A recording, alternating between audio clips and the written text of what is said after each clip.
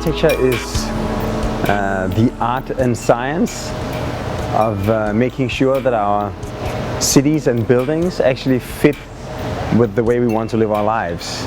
The process of manifesting our society into our physical world.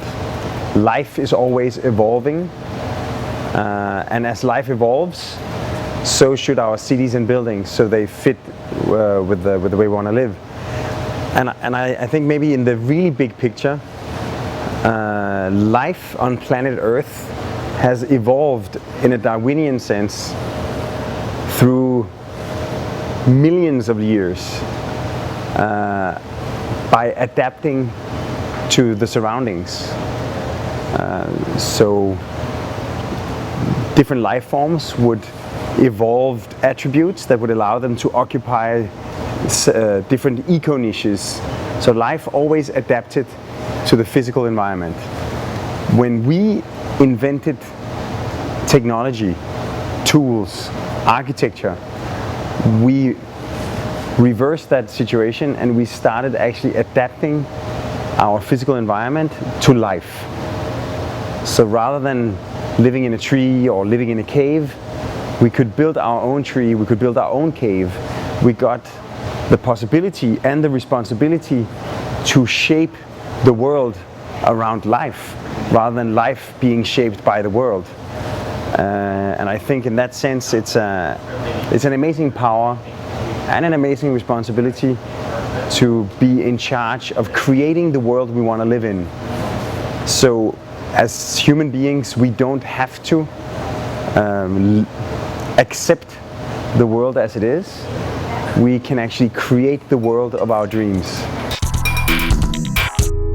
Creating an office is also very much like an evolutionary process. It's an evolutionary process because as the office evolves, your role is constantly changing.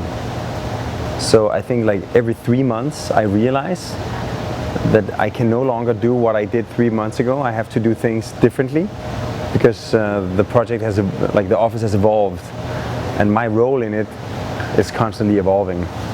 I think one of the important things about creating an office is that you have the opportunity and the responsibility to create the work environment that you would like to work in. Because if you're working for someone else, then you might have to put up with a certain culture or way of speaking to each other that you endure because you want the job, but it's actually not the way you would want to be at your work.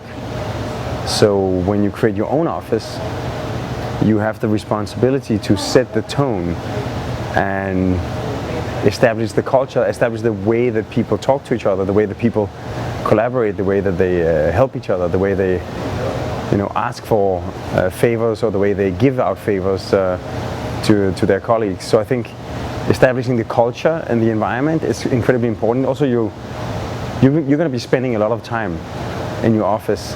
So if you don't enjoy it, it's going to be hell.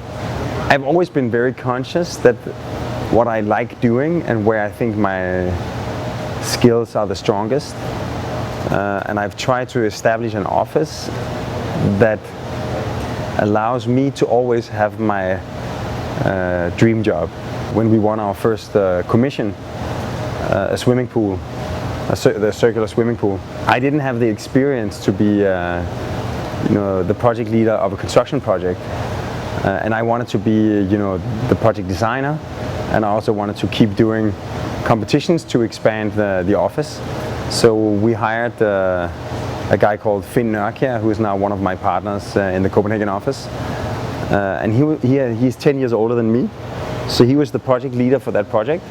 So even though I was his boss, I was working as a designer in his team, where he was responsible for making the project. In a way, even though traditionally you might have said, okay, this is my office, now I'm going to be the project leader. I actually knew that I didn't want to be the project leader. I wanted to be the project designer. So I hired someone with more experience than me to fulfill a role that I wasn't mature enough and actually wasn't that interested in to take that role.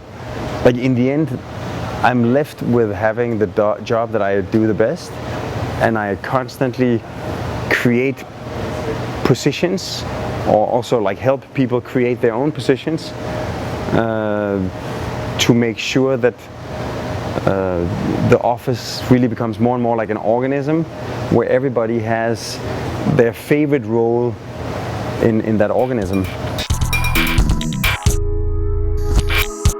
Just like in science, architecture is really like a hypothetical deductive experimentation that you use your thinking to analyze and suggest and do